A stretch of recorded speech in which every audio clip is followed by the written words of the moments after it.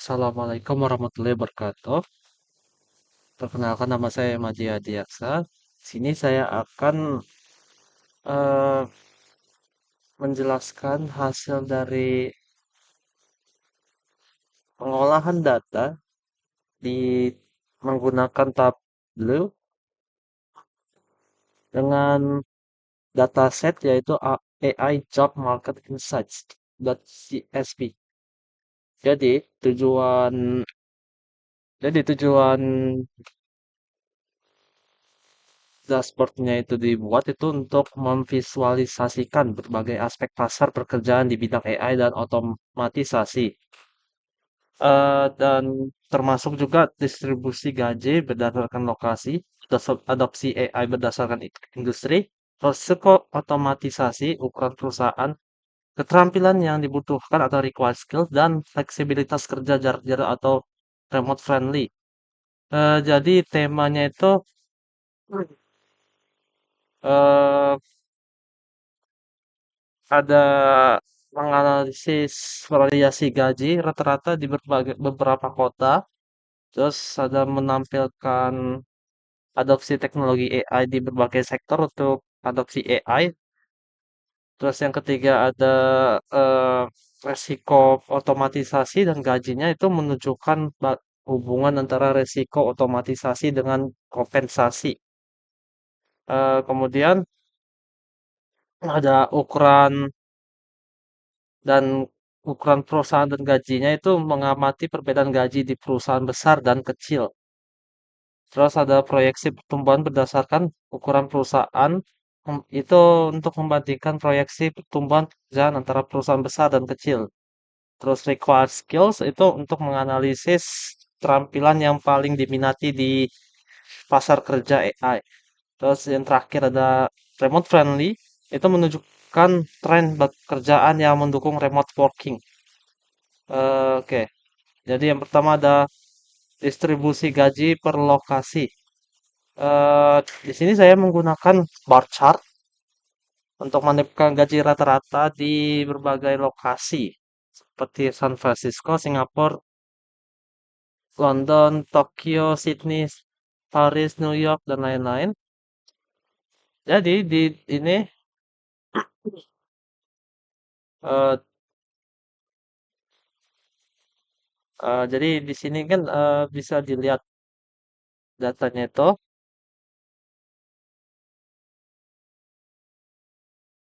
bisa dilihat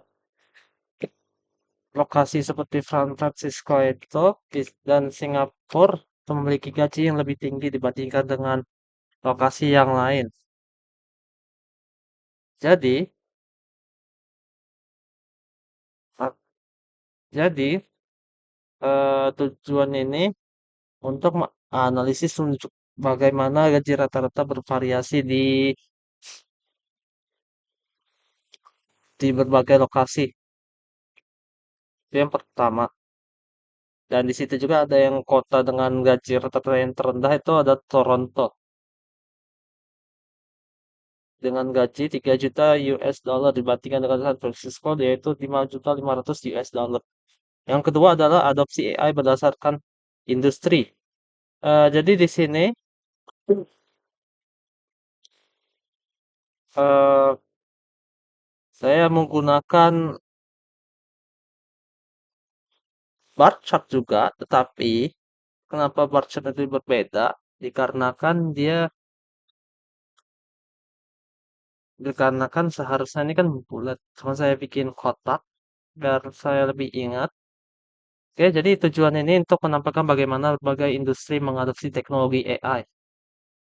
Oke, eh, di sini bisa dilihat fit- teknologi ini paling banyak mengadopsi di level low dan industri retail teknologi itu memiliki tingkat adopsi yang cukup besar dari low sampai high.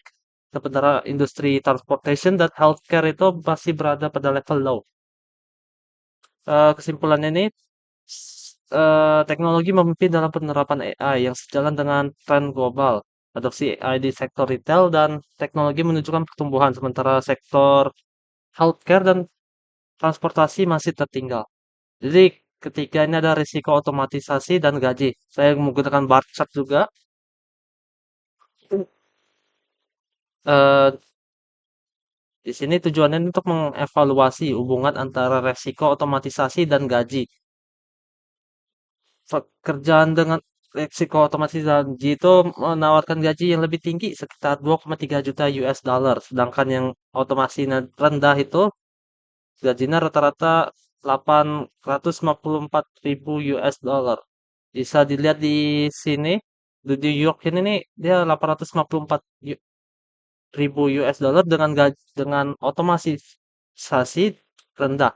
Sedangkan untuk Singapura itu dia dengan gaji 2,3 juta US dollar itu paling tinggi di sini. Oke, next ada ukuran perusahaan dan gaji. Jadi, saya juga menggunakan bar chart juga di sini.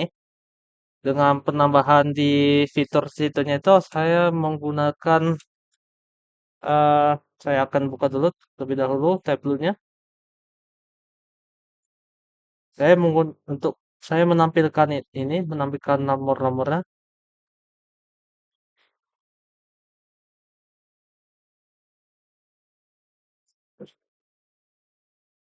Nah, di sini saya eh, data summary-nya saya masukkan ke label agar memunculkan huruf-huruf screen nih.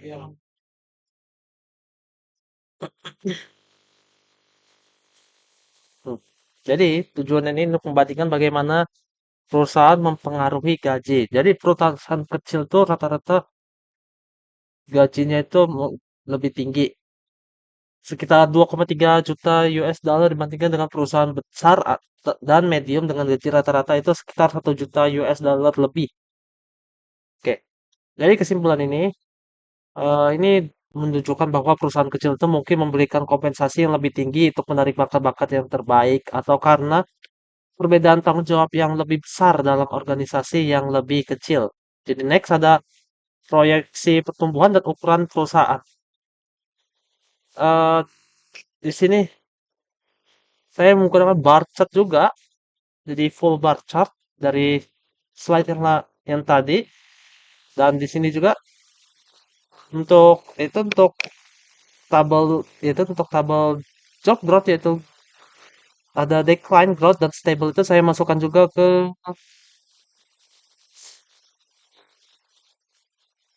tabel label juga agar menunjukkan ada di sini. Jadi saya menggunakan label agar menunjukkan tulisannya agar bisa dilihat. Nah, jadi tujuan ini untuk membandingkan proyeksi pertumbuhan pekerjaan di perusahaan kecil dan besar. Jadi perusahaan kecilnya ini cenderung menunjukkan tren pertumbuhan di dalam perusahaan, sedangkan yang besar itu memiliki campuran. Ada yang bertumbuh, ada yang menumbuh, itu ada yang penurunan. Jadi campur aduk ya. Ada pertumbuhan dan penurunan seperti yang dilihat di sini. Ini ada yang growth masih menumbuh dan ada juga di sini yang masih itu ada yang nurun. Ada dua ini. Campur aduk ya. Sedangkan kalau untuk small ini dia menumbuh besar untuk perusahaannya. Jadi kesimpulan ini perusahaan kecil ini lebih dinamis dalam menghadapi perubahan pasar dan teknologi yang dapat menyebabkan peningkatan proyeksi pertumbuhan pekerjaan. Sebaliknya, perusahaan besar itu mungkin lebih stabil, namun juga beresiko mengalami penurunan untuk perusahaannya. Oke, next ada required skills. Required skills juga saya menggunakan bar chart. Di sini saya memasukkan dulu untuk di tabel ini untuk data automatization list itu saya warnain agar bisa membedakan untuk high, low, dan mediumnya. Jadi eh, seperti yang dilihat ini untuk menunjukkan keterampilan yang paling sering dibutuhkan untuk pekerjaan di bidang AI dan otomatisasi.